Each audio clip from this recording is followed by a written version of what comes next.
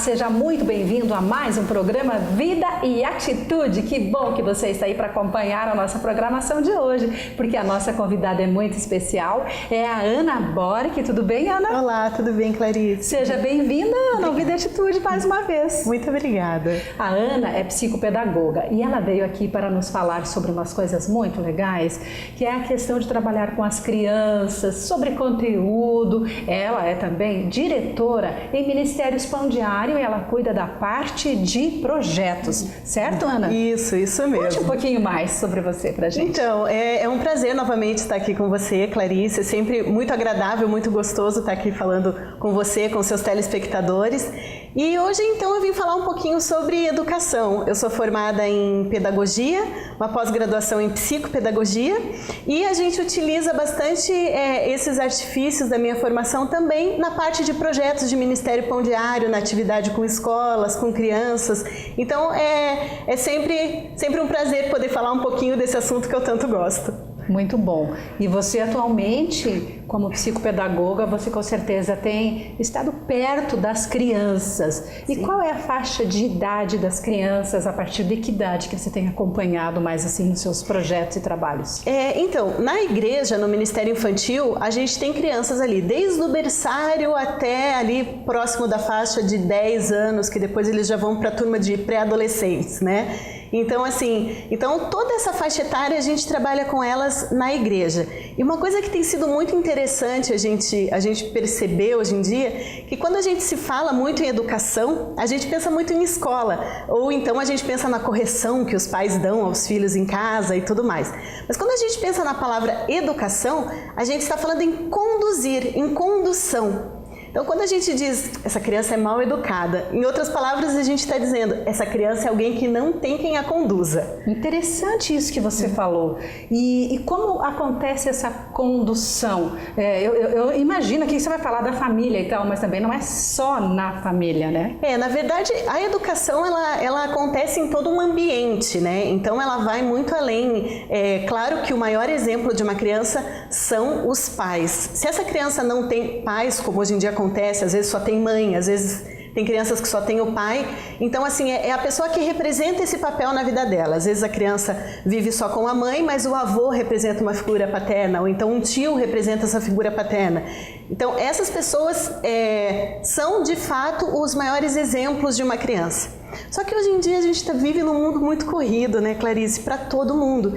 E muitas vezes os pais têm um pouquinho que, vamos dizer que terceirizado essa educação dos filhos. Eles querem estar no momento do lazer e da diversão do filho. Quando chega a hora da educação, então pode ser a escola, pode ser a babá, ou às vezes até mesmo deixar na frente da televisão o filho para que ele possa fazer suas atividades ou outras coisas e a criança não o incomode.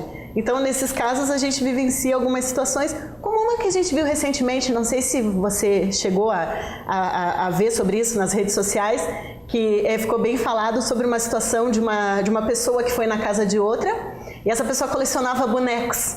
Então, a criança disse que fez um escândalo, que queria o brinquedo, queria o boneco, e a dona da casa não deu, porque era uma coleção dela. E a mãe ficou indignada, falou, não, você tinha que ter dado isso pro meu filho, porque é um brinquedo, você é muito egoísta. Então, assim, a gente vê hoje famílias, né, casas, em que são as crianças que governam a casa. Agora, você já pensou, Clarice? Quando a gente fala de criança, a gente está falando de um serzinho sem juízo.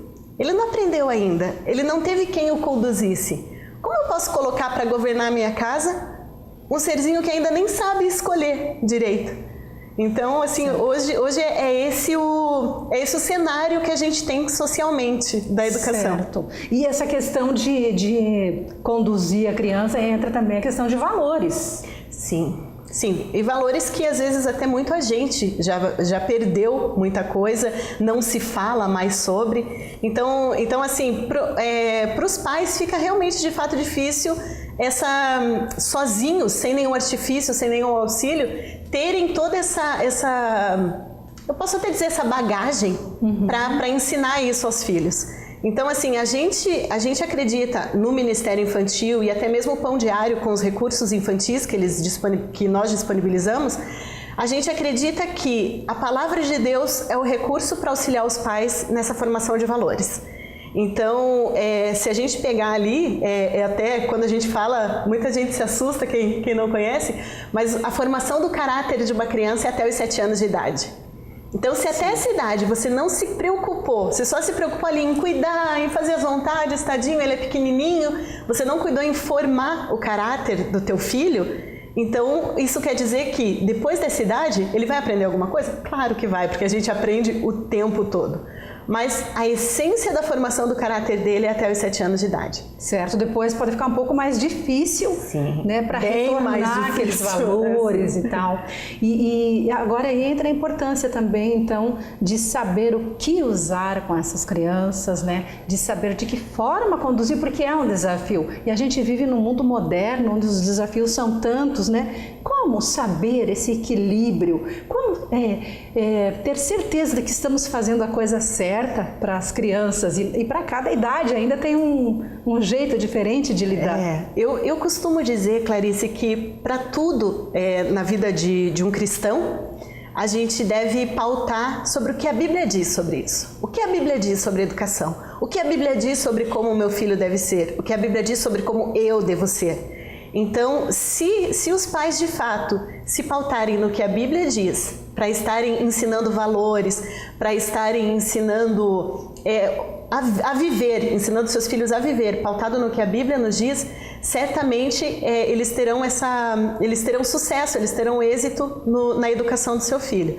Claro que muitas vezes assusta. Como que eu vou pegar um sermão da montanha e explicar para o meu filho? Pois né? Como que eu vou dar a Bíblia para ele ler lá? Ele vai entender a Bíblia com tão pouca idade, de repente? Com certeza não. Com certeza você vai ter que contextualizar.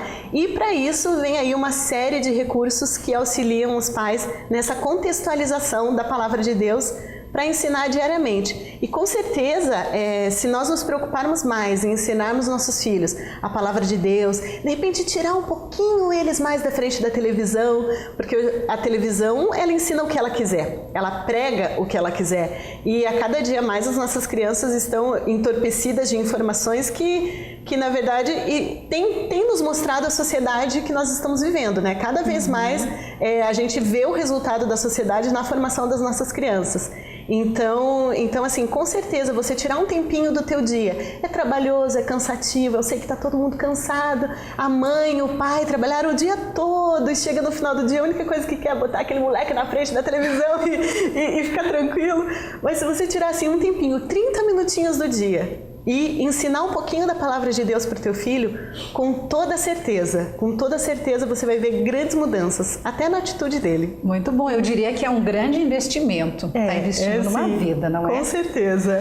Que legal, Ana. E no próximo bloco, tem como você mostrar para nós, então, de que forma que você usa esses materiais com as crianças e, assim, qual que é o material adequado para cada idade, porque cada idade tem que saber como falar, como explicar, ilustrações, de repente. Tem idades que é mais com desenhos, né? Isso, mas você vai ser a pessoa certa para contar para nós hoje aqui isso, porque afinal de contas você está já trabalhando nessa área e conhece muito bem. Então, daqui a pouquinho já voltamos. Você que está aí nos acompanhando, fique ligadinho, porque a gente já volta com essa matéria bem legal e vamos conhecer então de que forma a gente pode falar com as crianças de várias idades, tá bom?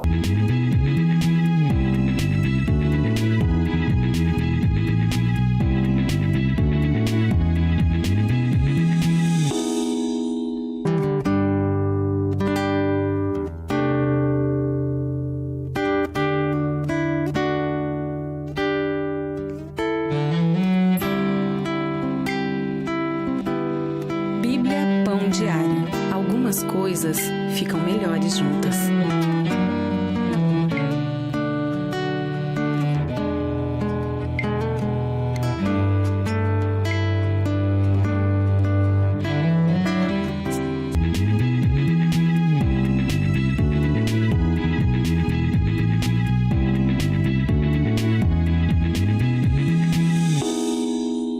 Estamos de volta com o programa Vida e Atitude. Que bom que você está nos acompanhando. Nosso bate-papo aqui está muito legal. Estamos com a Ana Bork, ela que é psicopedagoga e ela veio nos falar sobre educação, sobre psicopedagogia, sobre recursos para as nossas crianças. E nós precisamos cuidar muito das nossas crianças, né, Ana? Sim, precisamos.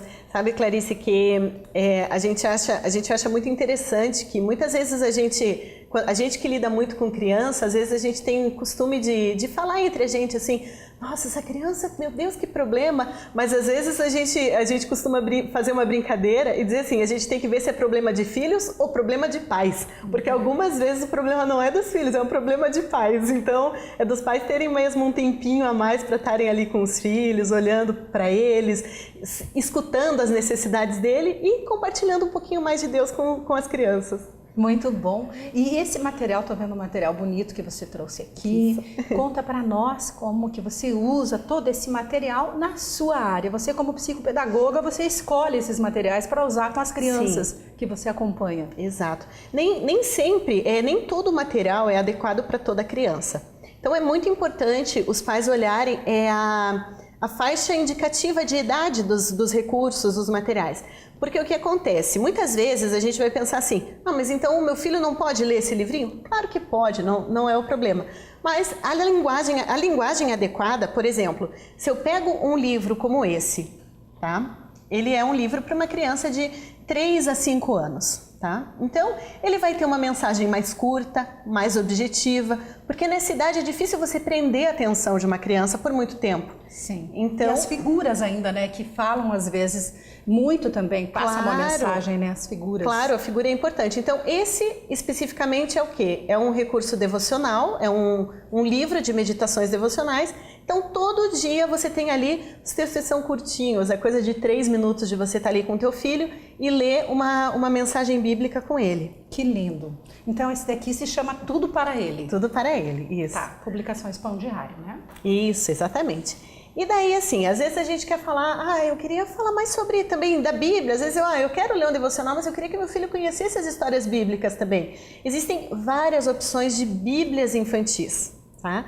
Então, assim, elas vêm toda... Que linda! Elas vêm, assim, toda com desenhos, falando sobre a criação, falando toda a mensagem da Bíblia, só que de uma forma mais simplificada para a criança.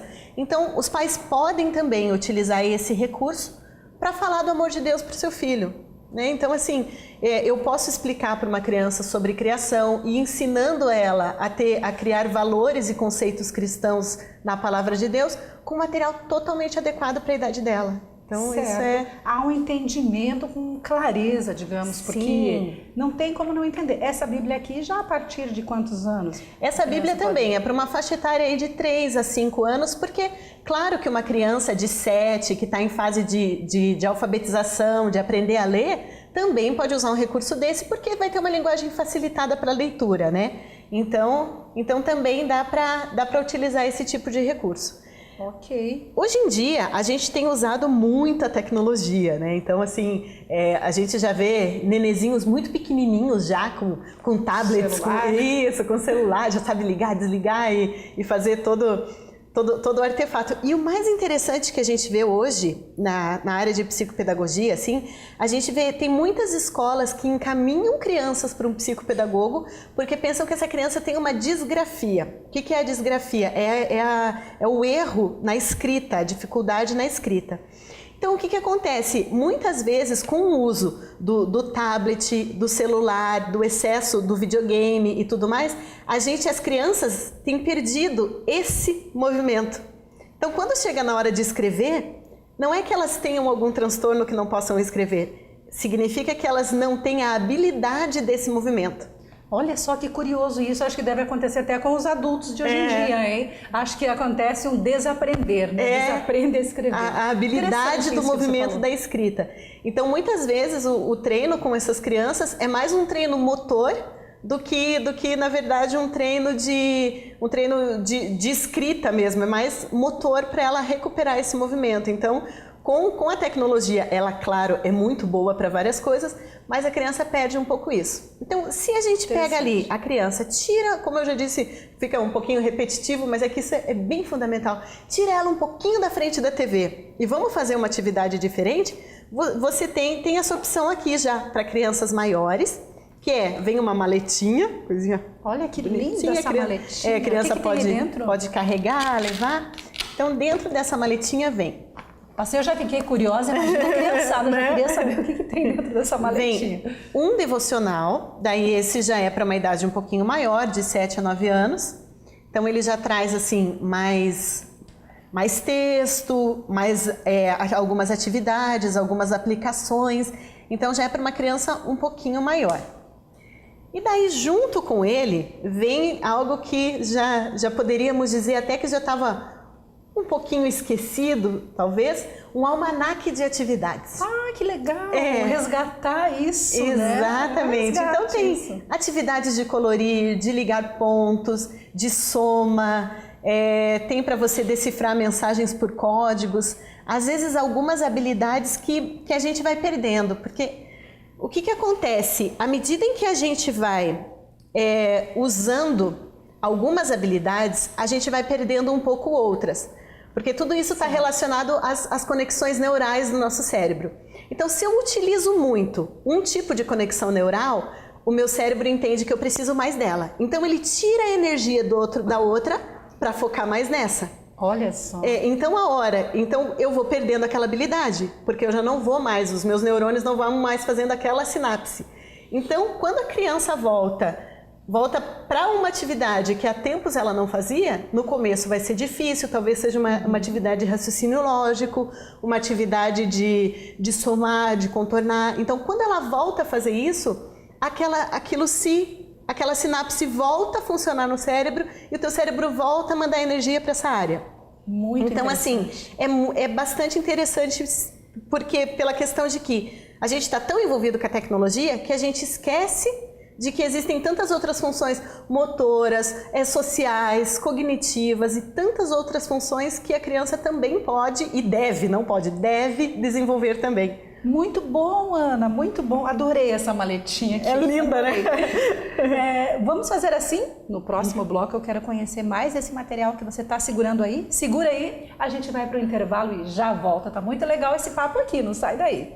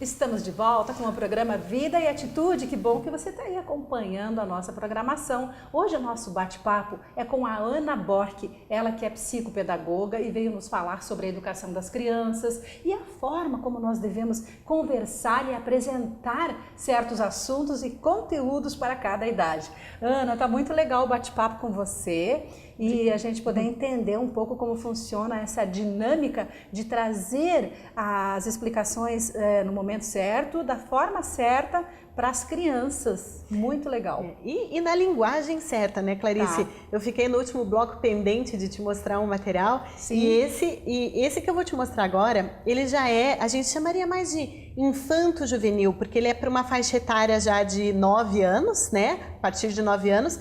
Então, também um texto de meditação devocional que traz o versículo bíblico, traz uma curiosidade E ainda dá um leia mais, porque daí já é para criança um pouco maior, conseguir já ela mesma ler. Seria muito bom que os pais a acompanhassem nessa leitura. Apesar da criança já poder ler, é bom, hoje a gente perdeu um pouco esse momento de família, né? Então seria muito gostoso que os pais pudessem fazer esse momento junto com a criança também. Muito então, bom. Como ele é um devocional para ser usado por vários anos, então a gente já colocou até um a mais aí, 366 dias de aventura, porque no caso de um ano bissexto você não fica sem o seu devocional para ler.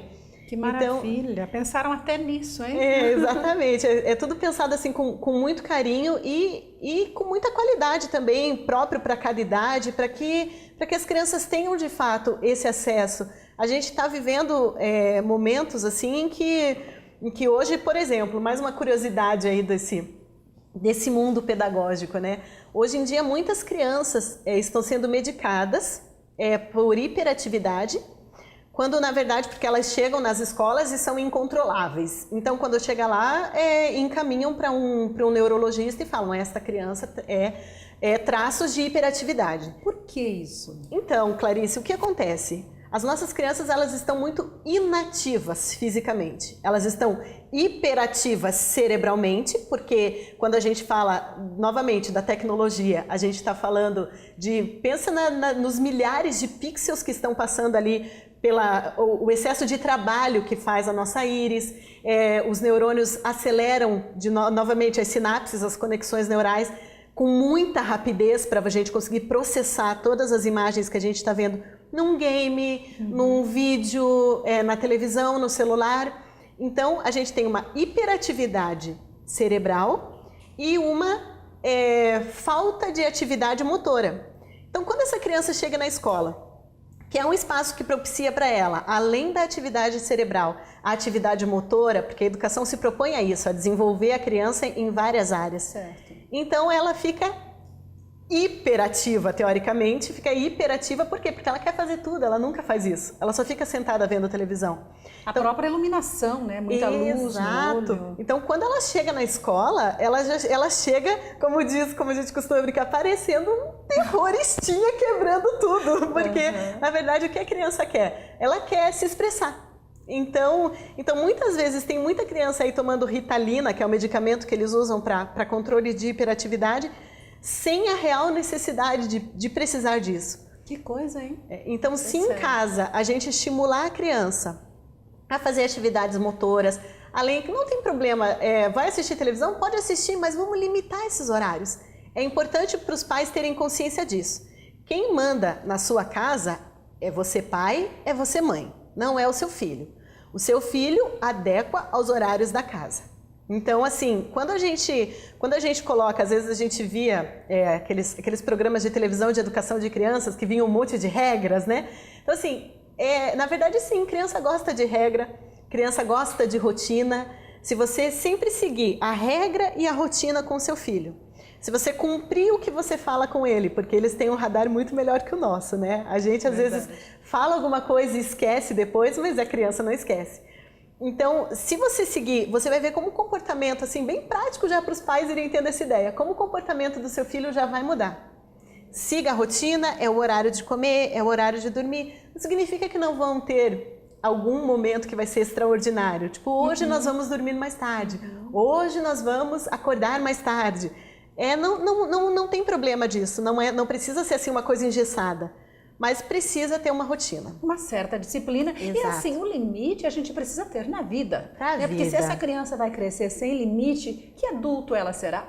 Sem limite nenhum. Para tudo a gente precisa de limites e disciplina. E aí isso acaba refletindo na nossa sociedade, porque quando a gente vê às vezes alguma situação em que nós vemos lá um rapaz que ateou fogo numa pessoa que estava na rua. A gente perdeu o limite para tudo. Então a gente acha que a gente pode tudo, que a gente tem o direito a tudo, quando na verdade o convívio social nos impõe algumas limitações. Então, e isso já vem de criança. Se a gente não sabe desde criança isso, infelizmente a gente vai ser um adulto que vai ter bastante problema. Muito bom, Ana. E você está com esse material na mão, você quer me mostrar mais alguma coisa? Sim, com certeza, deste lindo pequeno livro. Queria fazer um treininho prático com você, Clarice. Vamos lá. Por exemplo, como que a gente vai ensinar para uma criança de 3 anos esse versículo aqui? Quem quiser fazer a vontade de Deus, saberá se o meu ensino vem de Deus. Olha só, precisa saber de que forma falar isso para uma criança de quantos anos? Isso de 3 anos. 3 anos, né? Tem que ter muita cautela para... E na verdade é isso que o material vai nos ajudar. Agora você vai explicar para uma criança de 3 anos esse versículo. Então vamos lá. O jeito de saber. Será que quero saber o que a Bíblia quer dizer? Então preciso fazer o que ela diz. Será que não entendo direito o que Deus quer? Então deve existir alguma coisa que eu não queira obedecer. Talvez eu não queira dividir minhas coisas. Talvez não queira perdoar alguém.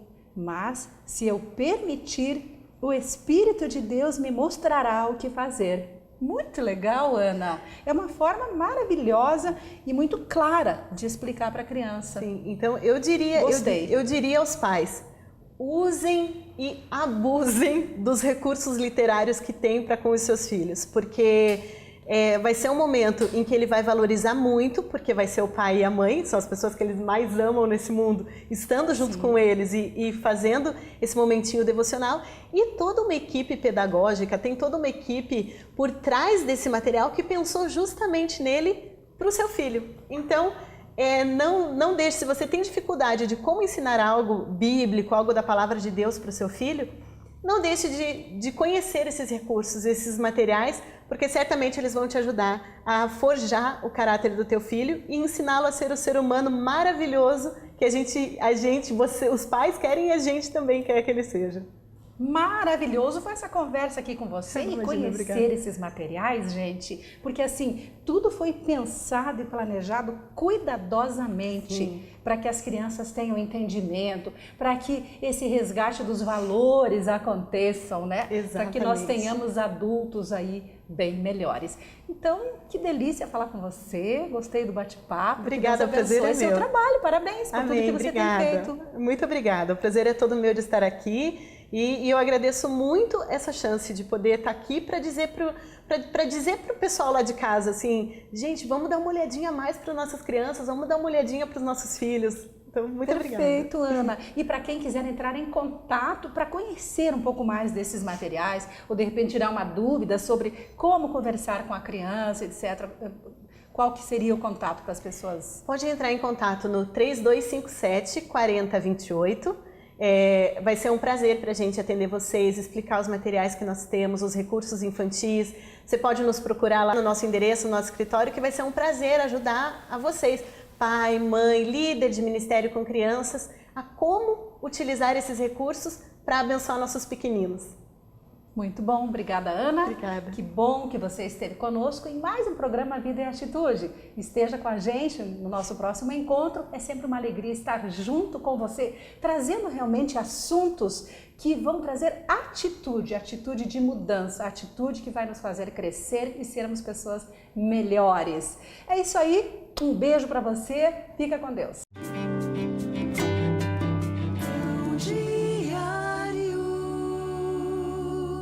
Consideremos-nos também uns aos outros para nos estimularmos ao amor e às boas obras. A igreja não é apenas uma instituição ou um simples clube social. É o local onde nós, que fomos levados para perto de Deus e lavados do pecado, podemos ajudar-nos uns aos outros a crescer à semelhança de Cristo. O propósito de nos reunirmos como um corpo, uma igreja, é nos exortarmos e encorajarmos uns aos outros. Nenhum cristão pode subsistir sozinho. Para viver como nosso Senhor Jesus quer que vivamos, precisamos da comunidade de cristãos. Ao encontrar-se com outros cristãos, pense em alguém a quem você possa acompanhar e encorajar com suas palavras e ações para que essa pessoa seja mais semelhante ao Cristo que amamos e a quem servimos. O melhor testemunho para um mundo ferido é a igreja saudável.